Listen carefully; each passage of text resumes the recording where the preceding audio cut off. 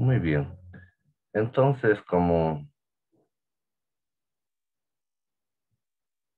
ya habíamos visto ayer esta última diapositiva, ya habíamos estado explicando en qué consisten los criterios de SOFA, pues vamos a ir con esta última diapositiva, ¿no? Entonces, estos son algunos criterios que nos ayudan a evaluar al paciente. Eh, Tenemos dentro de estos parámetros la frecuencia respiratoria, la FiO2, tenemos la coagulación, o sea, en este caso tenemos el valor de las plaquetas, ¿ya? Tenemos la presión arterial media, tenemos las bilirrubinas, el plasma, la creatinina, la diuresis, todos estos eh, parámetros pues nos dan un puntaje. Como ya había explicado ayer, incluso nos pueden indicar el grado de mortalidad que tienen estos pacientes dependiendo del puntaje del SOFA. Bueno, nos vamos a ir al tratamiento sin olvidar de que el agente, en este caso la causa de este shock séptico, es un agente patógeno que puede ser un virus, una bacteria, un hongo que está produciendo el desencadenamiento de una serie de reacciones físicas y químicas en nuestro organismo. ¿Ya? Entonces, con ese concepto, vamos a ir hablando un poquito del tratamiento del shock séptico. Eh, la valoración del sujeto de shock séptico inicia con la revisión de la permeabilidad de las vías respiratorias y la ventilación. Los individuos con agotamiento grave y los enfermos cuyo trabajo respiratorio es excesivo requieren intubación y ventilación para evitar un colapso respiratorio. Siempre es importante en todos los pacientes con shock asegurar que existe un buen flujo de la vía aérea. Si no entra aire a los pulmones en forma adecuada, entonces va a haber una mala perfusión. Imagínense, si ya de por sí tenemos una mala perfusión a nivel tisular y de ahí nosotros no le damos un buen aporte de oxígeno hacia los pulmones, entonces ese problema se va a incrementar mucho más. Por lo cual es importante eh, velar que exista un buen intercambio de gases a nivel pulmonar. Incluso, como dice aquí el concepto, debemos ver la posibilidad en algunos casos de intubar al paciente si es que vemos así necesario.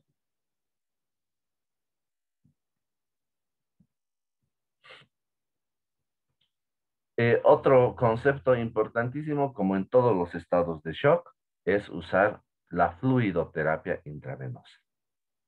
En estos pacientes existe una disminución de la presión arterial, pero como habíamos indicado anteriormente, esta disminución de la presión arterial no es porque existe una pérdida de volumen, sino que existe un secuestro del volumen a nivel intravascular y existe una relajación, una dilatación de los músculos del sistema vascular, por lo cual nosotros debemos compensar esa bajada de presión a través de la fluidoterapia.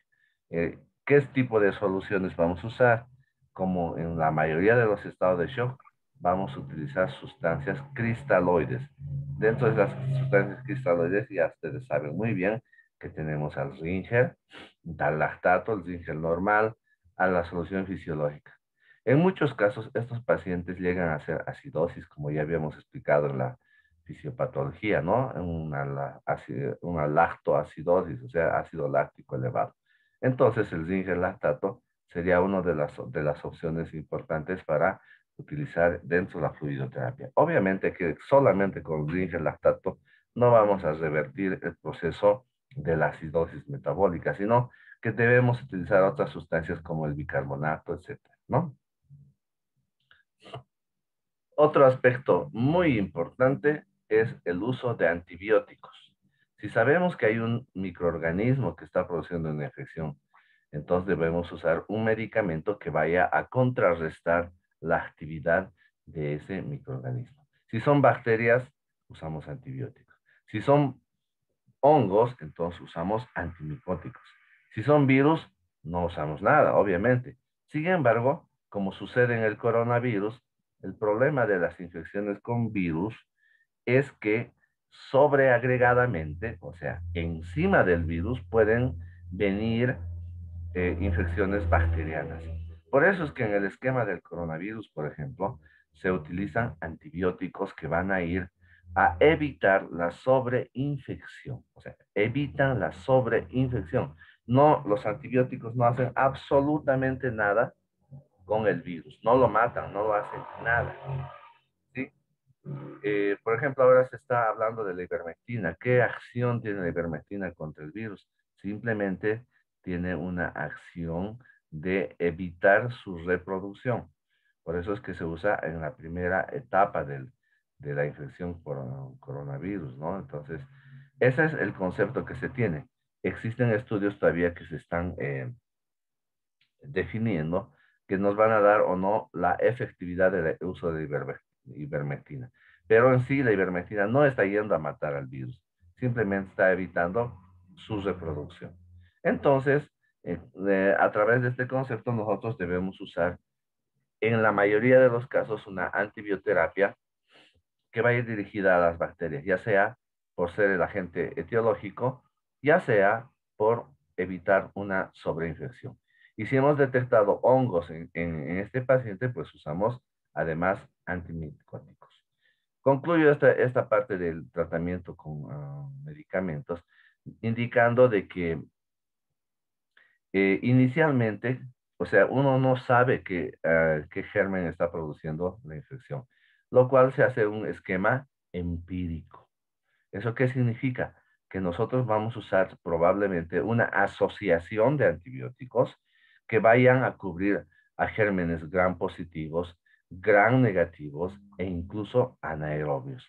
Entonces hacemos a veces un doble esquema e incluso a veces un triple esquema que vayan a cubrir en forma ciega, vamos a decirlo así, a un sinfín de microorganismos con estas características.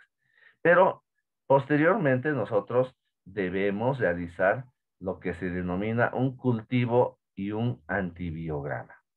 El cultivo es la obtención del lugar de la infección, ya sea, no sé, líquido peritoneal, líquido torácico, la pus de una herida, el cultivo de la sangre, por ejemplo, si no hemos llegado a definir exactamente dónde está la infección, etcétera. Entonces, esas sustancias las llevamos a cultivar. Esas sustancias van a producir la proliferación de alguna bacteria y por lo cual se va a identificar el microorganismo. Pero a su vez, esa identificación del microorganismo va a ser sometida a diferentes antibióticos y viendo a qué antibiótico ese patógeno es sensible o resistente. ¿No? Entonces nosotros normalmente con ese reporte ya de la sensibilidad o la resistencia a algún antibiótico de este patógeno, pues vamos a definir qué antibiótico usar. Obviamente vamos a usar los antibióticos a los cuales es sensible el agente patógeno. Y vamos a evitar el uso de los antibióticos a los cuales es resistente el agente patógeno. En ese sentido, es muy importante ese estudio que es el cultivo y antibiograma para dirigir exactamente en qué sentido vamos a dar nuestro tratamiento. Bien, indicar que el esquema de antibióticos en forma empírica debe ser el menor tiempo posible porque si nosotros hacemos un tratamiento empírico, o sea, a ciegas, usando varios antibióticos, podemos llegar a producir la famosa resistencia hacia los antibióticos. La resistencia del microorganismo hacia los antibióticos. No es la resistencia del paciente. Mucha gente confunde y dice, no, ucha, yo ya no voy a tomar este antibiótico porque yo soy resistente, dicen, ¿no? Ese es un concepto errado. El resistente es el microorganismo, es la bacteria, es el hongo. Ese es el resistente, no es el paciente. Bien, entonces simplemente para que ustedes tengan los conceptos bien definidos. Algunos otros conceptos acerca del tratamiento, ¿no? Y lo que decía anteriormente, parte de los hospitales sugiere los posibles microorganismos causales. Una vez que se dispone de datos de cultivo, deben seleccionarse los antibióticos con actividad contra los microorganismos causales y es así apropiado disminuirse el espectro de la de protección. Es necesario reducir al mínimo el uso prolongado de antibióticos en forma empírica, ¿no? Entonces, lo que les había indicado. Con esto reforzamos lo que habíamos dicho, ¿no? De no hacer el tratamiento en forma empírica. Hay un microorganismo que es el Clostridium difficile que nos produce unas diarreas excesivas en los pacientes, que es un microorganismo realmente resistente a muchos tipos de antibióticos. Bueno, dentro del tratamiento es importantísimo eliminar el origen de la infección. Puede ser a nivel abdominal, puede ser a nivel torácico, puede ser la herida operatoria, puede ser una cirugía estética que ha salido mal, puede ser cualquier lugar donde se ha producido una infección, la fuente, el origen. Entonces, ahí ya entra el papel del cirujano. Debemos ir a limpiar lo que se dice el famoso toilette, ¿no? O la limpieza quirúrgica. Eliminar el foco infeccioso, lavar el lugar que está infectado, sacar el órgano que está infectado. En muchos casos puede ser un apéndice, puede ser una vesícula, puede ser un pedazo de piel. Entonces debemos eliminar ese lugar donde se está produciendo la infección. Entonces ahí juega un papel importante. Y ahí viene la controversia, muchachos, con muchos clínicos.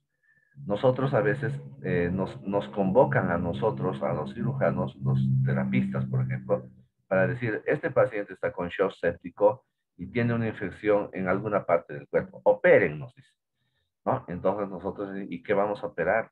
Díganos dónde está la fuente de infección y nosotros vamos a hacer el trabajo, ¿verdad? A veces nos quieren hacer operar de todo. Por lo cual, la parte clínica del cirujano es muy importante para llegar a identificar si realmente existe un foco infeccioso que se deba eliminar, ¿no?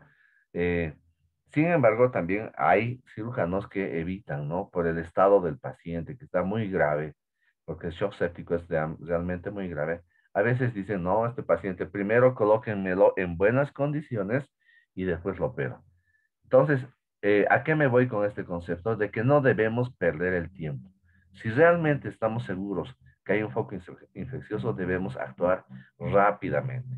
Porque si el tiempo pasa, ese foco infeccioso va a producir realmente muchos estragos en el sistema de nuestros organismos. Muy bien. Existe dentro de la fisiopatología del shock séptico un problema, que es la vasodilatación, por lo cual está produciendo una hipotensión y esta hipotensión está incrementando aún más la hipoperfusión a nivel de los tejidos. Entonces nosotros de alguna forma debemos aumentar el tono de estos vasos sanguíneos, tratar de que se reduzca esa vasodilatación utilizando sustancias vasoactivas o vasopresores que van a tratar de inhibir esa relajación, ¿no? Esa relajación que en la mayoría de los casos está producida por el óxido nítrico. Ustedes ya lo hemos dicho en la anterior clase. Entonces usamos en especial derivados de las catecolaminas. Aquí tenemos en la imagen a la epinefrina, a la norepinefrina, pero también tenemos dentro de nuestro arsenal a la dopamina, a la arginina, a la vasopresina, ¿no? Entonces hay diferentes tipos de sustancias que nos pueden producir este efecto de vasoconstricción. En terapia intensiva directamente ya utilizan mucho este tipo de medicamentos para inhibir justamente ese efecto de la relajación o la dilatación de los vasos sanguíneos. Pero este paciente con shock séptico no solamente tiene estos problemas. Tienen muchos problemas el paciente con shock séptico. Por eso hay que revisar constantemente otras sustancias como la glucosa, por ejemplo. Estos pacientes suelen hacer una hiperglicemia secundaria, Y en muchos casos hay que controlar esta hiperglucemia a través del uso de la insulina. Debemos usar flujos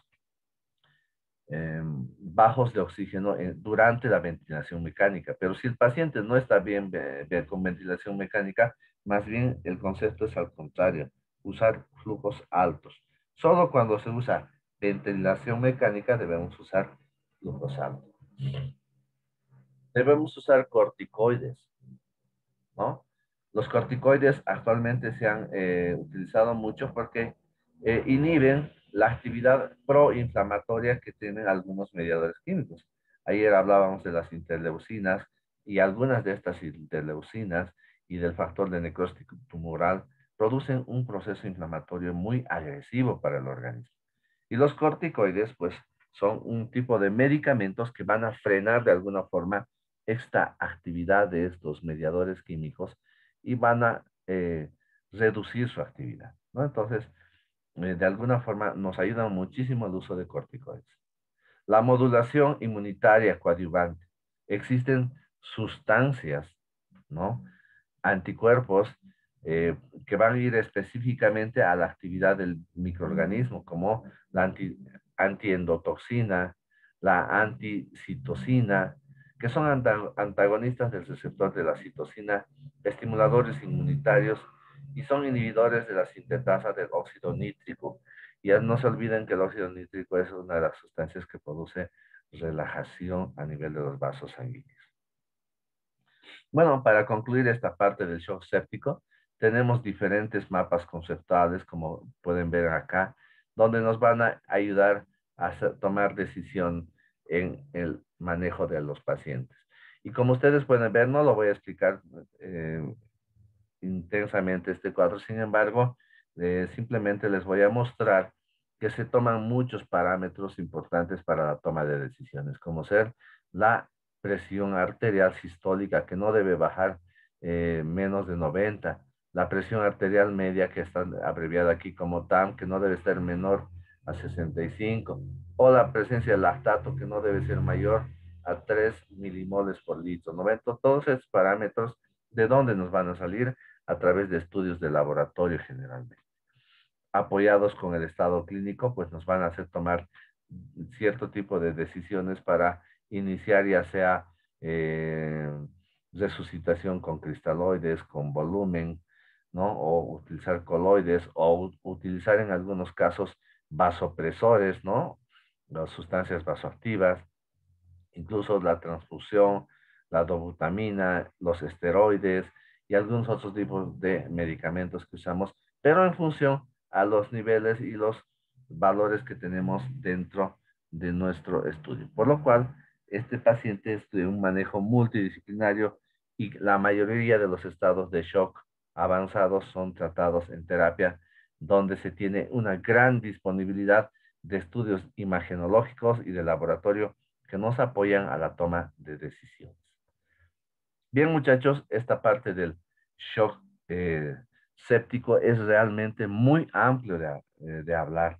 Hay muchos aspectos que debemos hablar. Sin embargo, he tratado de hacer un resumen que nos va a ayudar a entender la importancia del shock séptico dentro de uno de los tipos de shock.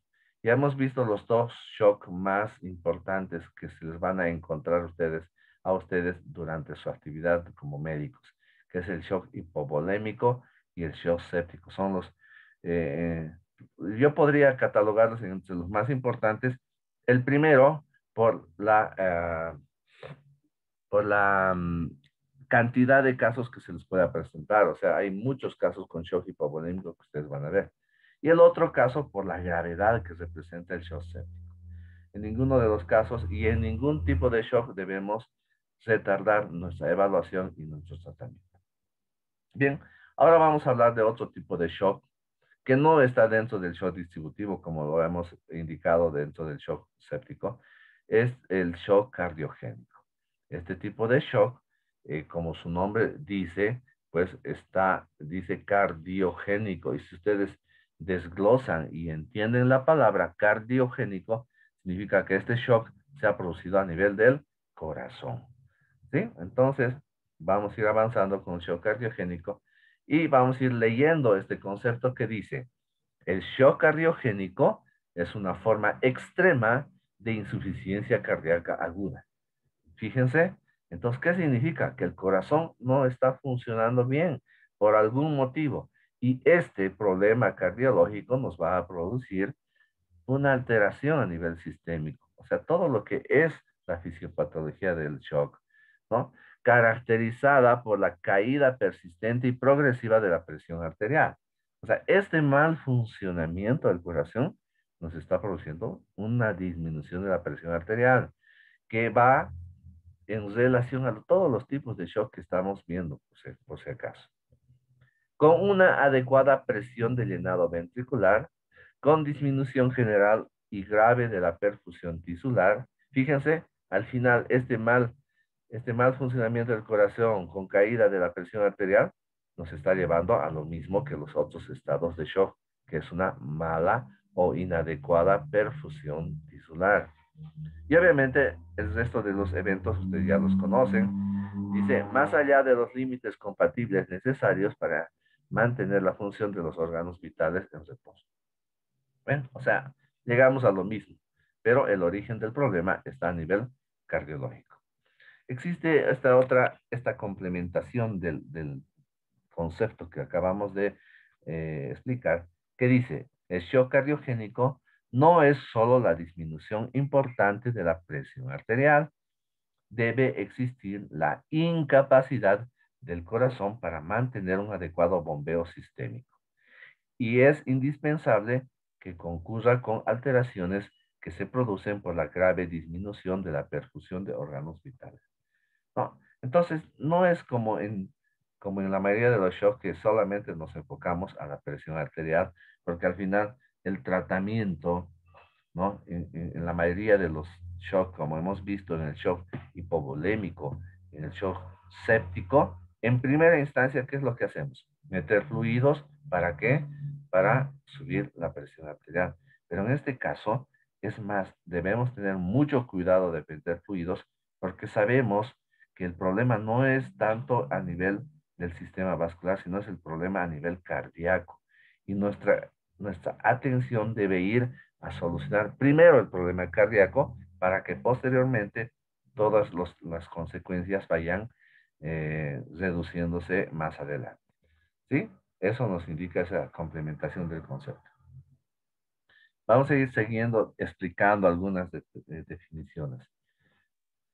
Una rigurosa definición del shock cardiogénico requiere, por lo tanto, la confirmación por medio de criterios hemodinámicos como la disminución de la presión arterial sistólica, que debe ser menor a 90 milímetros de mercurio, en enfermos hipotensos a una reducción del 30%.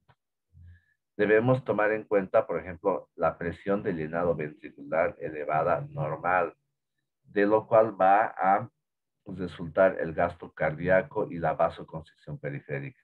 Fíjense, en este shock cardiogénico ya nos están adelantando que existe un proceso de compensación que es la vasoconstricción periférica. Y lo más específico, signos de hipoperfusión tisular y disfunción orgánica vital. Entonces, todos estos aspectos debemos ir vigilando para hacer una adecuada valoración del paciente con shock cardiogénico. Vamos a la etiología del shock cardiogénico. Entonces, el corazón está funcionando mal. Y la etiología es saber por qué está funcionando mal. ¿Cuál es la causa? ¿Cuál es el motivo por el cual está funcionando mal? Y vean ustedes, tenemos una infinidad, no una infinidad, sino muchas patologías que pueden producir un mal funcionamiento del corazón y secundariamente un shock cardiogénico. Tenemos alteraciones de la contractibilidad del corazón, tenemos trastornos del ritmo, aumento de la precarga, tenemos un aumento de la postcarga. Todos estos grandes síndromes van a ser producidos por patologías como, por ejemplo, la miocarditis, la isquemia, ¿no? La isquemia del corazón es lo que conocemos como el infarto agudo de miocardio, ¿no? Trastornos metabólicos como, por ejemplo, la hipercalcemia, la hipoglicemia, la sepsis, la acidosis, producen trastornos de contractibilidad del corazón. Y de ahí ya, fíjense ustedes, viendo la etiología, de repente simplemente solucionar, por ejemplo, el problema de hipoglicemia en este paciente para solucionar el problema de shock, ¿no? Cardiogénico. ¿No? Un poco más complicados son ya los trastornos de ritmo, por ejemplo, las taquiarritmias, las bradiarritmias, el aumento de la precarga, como el shunt intracardíaco, la regurgitación aórtica y mitral, que son ya problemas estructurales del corazón, o sea, ya de por sí la estructura, las válvulas están funcionando mal, ¿no? Que son problemas que difícilmente vamos a poder tratar en forma inmediata. Probablemente la solución tenga que ser a nivel ya quirúrgico, cambiando una aorta o cambiando, no sé, una válvula al nivel del corazón o algo así, ¿no? La obstrucción del tracto de salida del ventrículo derecho hacia la arteria pulmonar. También. Bueno, ¿cómo se presenta? ¿Cómo lo reconocemos al paciente de shock cardiogénico? Lo más característico es encontrar la disminución de la presión arterial, ¿no? Como en la mayoría de los casos. Pero esta disminución de la presión arterial no es porque falta volumen sanguíneo, no es porque hay vasodilatación producida por las endotoxinas de una bacteria. Esta disminución de la presión arterial es porque el corazón no está bombeando la sangre en forma adecuada, porque el corazón está funcionando mal por alguna de esas patologías que en la anterior diapositiva hemos podido desarrollar. Entonces la presión arterial disminuye y es uno de los signos importantes que nosotros vamos a ver. Y obviamente secundaria al mal funcionamiento del corazón, además tenemos en estos pacientes palidez, frío, sudoración, ¿no? Piloerección, cianosis periférica, oliguria, obnubilación.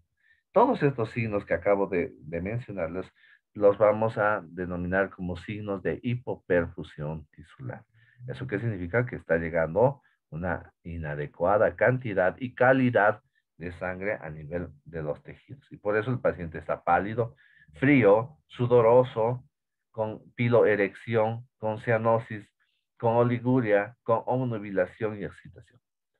Bien, esos son signos de hipoperfusión tisular. Si yo les pregunto en el examen, mencióneme 5 signos de hipoperfusión tisular, ustedes ya tienen 1, 2, 3, 4, 5, 6, 7, 8. Ya los estoy diciendo aquí. Bien, muy bien. Pero también encontramos signos de una insuficiencia cardíaca. Bueno, ustedes todavía no están llevando cardiología, al año lo van a hacer. Sin embargo, ya vamos adelantando un poco algunos signos clásicos de una insuficiencia cardíaca, como ser, por ejemplo, la disnea, ¿no? La disnea es una dificultad de respirar del paciente. No puede respirar, se le hace difícil respirar al paciente. Eso se denomina disnea. Ustedes que ya están llevando semiología, ya van a ir conociendo muchos de los términos que usamos los médicos. O sea, ya van a empezar a hablar en médico, ¿sí? Entonces, cuando ya estemos viéndonos cara a cara en algún momento, muchachos, ya vamos a hablar en médico y vamos a estar hablando de Disney y ustedes me van a decir, y bueno, la Disney ya van a entender. O la polipnia. ¿Qué es la polipnia? Es un aumento, ¿no? De la frecuencia de las respiraciones. Estertores pulmonares. A ver si algún momento tenemos la oportunidad de escuchar a algún paciente con estertores. Bueno, ese es trabajo de su docente de semiología. No sé quién será, creo que es el doctor Espada. Sin embargo, él ojalá tenga la oportunidad de hacerles escuchar un estertor pulmonar o un roncus para que puedan diferenciar. Entonces, sigamos con el tema. Estos pacientes con insuficiencia cardíaca pueden tener disnea, polimnia, estertores pulmonares, distensión venosa o ingurgitación yugular. Como pueden ver aquí en la imagen, fíjense, su yugular externa está ingurgitada ese paciente. ¿Por qué? Porque hay una congestión seguramente a nivel del lado derecho del corazón. Si no se auscultan estertores pulmonares y falta de distensión venosa yugular, debemos sospechar de hipovolemia, ¿sí? Entonces, en la hipovolemia también tenemos estos signos, aunque ustedes no crean. Sin embargo, pero si no vemos ingurgitación yugular y si no vemos también la- los estertores, entonces no es un problema cardíaco, sino es un problema de, eh, de otro, ¿no? Puede ser hipovolémico. Bien. También podemos encontrar algunos otros signos en estos pacientes como taquicardia sinusal, ¿no? El pulso rápido y tenue, si le hacemos una palpación de los pulsos, va a estar rápido y además va a estar débil, va a estar un poco bajo la fuerza del pulso. ¿Ya? Los sonidos cardíacos pueden escucharse distantes, pueden estar como sepultados. Y en algunos casos, ya escuchando mejor el corazón, podemos escuchar algunos soplos cardíacos, ¿no? Que nos van a ayudar a llegar a un diagnóstico más preciso de la patología cardiológica que estamos viendo. Bien, está otro mapa conceptual que lo vamos a ir explicando, ¿no? En algunos casos, la disminución, el problema cardíaco nos va a producir en la mayoría de los casos una disminución del volumen sistólico y por ende del gasto cardíaco. Esto nos va a producir una hipotensión. Aquí sigan este lado de la explicación, ¿no? Y esta hipotensión, como ustedes saben bien, produce una disminución de la perfusión tisular.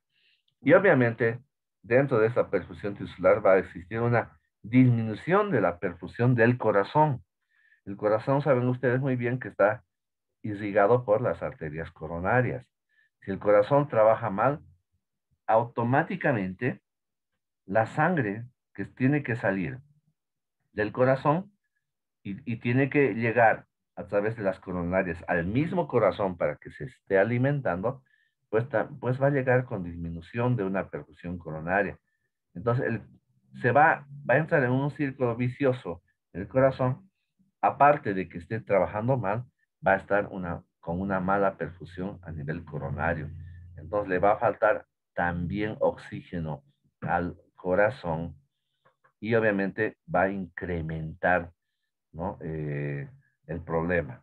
Es así que a través de eso se van a producir algunos mecanismos compensadores como taquicardia y vasoconstricción para tratar de revertir esa mala perfusión coronaria. Si eso no sucede, el paciente entra en acidosis y disfunción orgánica y muerte. Por eso es que dentro de uno de los tratamientos, más que todo, vamos a ver más adelante, se usa una bomba, que lo voy a ir explicando. Y el uso de la bomba tiene en este lado del mapa conceptual este concepto. Si nosotros subimos la presión al final de la diástole, durante la sístole, obviamente, la presión es muy buena porque está promovida por la contracción y la expulsión de sangre hacia el sistema circulatorio. No hay problema de la presión en la sístole, pero durante la diástole es donde entra sangre hacia las coronarias. Entonces debemos promover que durante la diástole podamos elevar la presión. ¿Cómo lo vamos a hacer? ¿No? A través de algunos mecanismos. ¿Por qué queremos subir la presión a nivel de la diástole? Porque nos va a producir una congestión a nivel pulmonar, ¿no? De alguna forma va a producir hipoxemia, pero además esta mayor isquemia va a haber de alguna forma un retroceso de la sangre, lo cual va a producir una mayor perfunción del corazón y el corazón va a estar como congestionado. Aquí lo mencionan como aturdido y de alguna forma produciría la recuperación del corazón por mayor congestión de sangre durante la eh, diástole. Uy, se me ha ido, unos compañeros estaba por ingresar, no le he podido admitir, pero bueno, seguramente va a volver a salirme el mensaje. No me he fijado el nombre. Bien. Eh, Nos tenemos que ayudar necesariamente en este tipo de pacientes en llegar al diagnóstico del problema cardiológico a través de muchos estudios. Uno de estos estudios es el electrocardiograma. El electrocardiograma nos va a mostrar muchos aspectos que vamos a poder valorar del corazón, ya sea del lado derecho, del sistema de conducción, de la fuerza, etc. La radiografía de tórax es muy importante también para valorar al paciente. Un ecocardiograma. El ecocardiograma es una ecografía del corazón donde nos va a ver la cantidad de flujo, la fuerza de flujo, etcétera, que sale y que entra al corazón.